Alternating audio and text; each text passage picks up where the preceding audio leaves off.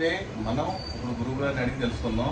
ఈ డైరెక్ట్గా గ్రంథాల్లో చూసి జ్యోతిష్యం చెప్పడానికి, అదేవిధంగా కంప్యూటర్లో చూసి జ్యోతిష్యం చెప్పడానికి, దీనికి రెండింటికి గల తేడా ఏంటి అనే విషయాలు మనం తెలుసుకుందాం. అంటే యాక్యురసీ పర్ఫెక్ట్గా వస్తుంది అని అంటున్నారు, అంటే కంప్యూటర్లో పర్ఫెక్ట్గా యాక్యురసీ రాదా అని ఇట్లా అని కాదు, కానీ ఆ డిఫరెన్స్ ఏంటి అన్నది ముందు గ్రంథాల్లోని కంప్యూటర్లోని చూసి జ్యోతిష్యం చెప్పడానికి గల డిఫరెన్స్ని మనం గురువు గారిని అడిగి తెలుసుకుందాం. చెప్పండి. కారణం ఏంటంటే మూలం గ్రంథాల నుంచి సాఫ్ట్వేర్ తీసుకున్నది. ఓకే. అయితే కొంతమంది ఐఎస్టీ టైం తీసుకుంటారు, ఇండియన్ స్టాండర్డ్ టైం తీసుకుంటారు. ఆ విధంగా తీసుకున్నప్పుడు నేను మాన్యువల్గా అలవాటు అయిపోయింది. ఈ సిస్టంలోకి వెళ్ళకుండా ఫస్ట్ నుంచి కూడా 1980 నుంచి కూడా చూసి రాయటమే అలవాటు అయింది. ఈ అలవాటు ఈ రోజుకి అలాగే ఉండిపోయింది.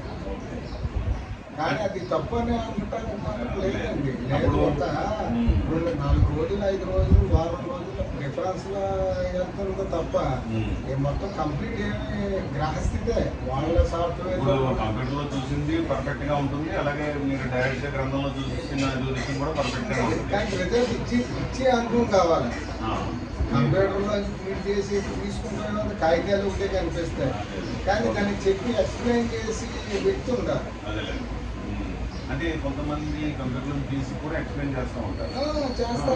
కరెక్ట్గా ప్రెడిక్ట్ చేశారు అనుకోండి. సో అది దీనికి డిఫరెంట్ లేదంటారు. కొంచెం ఏమైనా రోజులు డిఫరెన్స్ ఏదైనా కొంచెం తప్ప తేడా తప్ప దాన్ని తప్పు పట్టడానికి ఏం లేదు. అదే అది కూడా సాఫ్ట్వేర్, అది కూడా మహనీయులందరూ చేసిందే కదా. మూలమైనటువంటి గ్రంథాన్ని తీసుకున్నది. తీసుకున్నారు. తీసుకున్నప్పుడు మనం తప్పు అంటాం అనేది కాదు కదా. అది ఫస్ట్ నుంచి కూడా నాకు మాన్యువల్ అలవాటు అయిపోయింది. రాయటం చూసుకుంటాం అనేది అలవాటు అయిపోయింది. లేట్ అయినా కూడా ఒక జాతకం లేట్ అయినప్పుడు కూడా అదే విధంగా వెళ్తుంది. అదేనండి. ఇప్పుడు మన సిద్ధాంత్ గారు ఏం చెప్తున్నారంటే కంప్యూటర్లో చూసి జాతకం చెప్పడం కూడా కరెక్టే, అలాగే మాన్యువల్గా నేను చూసి చెప్పే జాతకం కూడా పర్ఫెక్ట్గా ఉంటుంది. బాగా అయితే కనుక ఇండియన్ స్టాండర్డ్ టైం ప్రకారం ఏదైనా చిన్న డిఫరెన్స్ వస్తే రావచ్చు, కానీ రెండు కూడా పర్ఫెక్ట్గా అనే వస్తాయి. కాకపోతే మన గ్రంథాలని కంప్యూటర్లో కూడా సాఫ్ట్వేర్లో ఫీడ్ చేసి దాని నుంచే చెప్తున్నారు కాబట్టి రెండు పర్ఫెక్ట్గానే ఉంటాయి, ప్రాబ్లం ఏమి ఉండదు అంటున్నారు. అలాగే చెప్పే జ్యోతిష్యం కూడా ఆయన పర్ఫెక్ట్నెస్ బాగా ఉండాలి, చెప్పే ఆయన కూడా బాగా ఎక్స్పీరియన్స్ తోటి ఉండాలి అనే విషయాన్ని మనకి తెలియజేయడం జరిగింది. Thank you. See again. This is Ajay Venkat. Okay, నమస్కారం.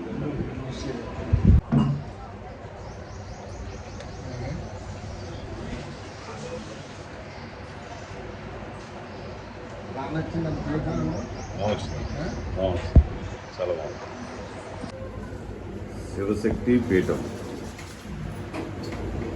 మన గురుగారు అనేటువంటి బ్రహ్మశ్రీ కీలు శ్రీమన్నారాయణ మూర్తి గారు ప్రతిష్ఠించినటువంటి పీఠం శివశక్తి పీఠం. గురుగారు చెప్పండి పీఠం గురించి. 1980లో ప్రతిష్ఠించామండి. ఇటు పరమేశ్వరుడు, అటు అమ్మవారు.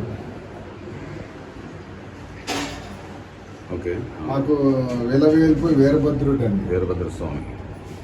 మా అమ్మగారి కంటే ముందు నుంచి ఉన్నటువంటి విలవేల్పు అండి. ఓకే.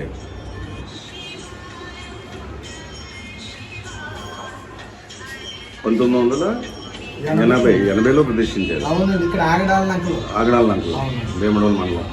ఓకే.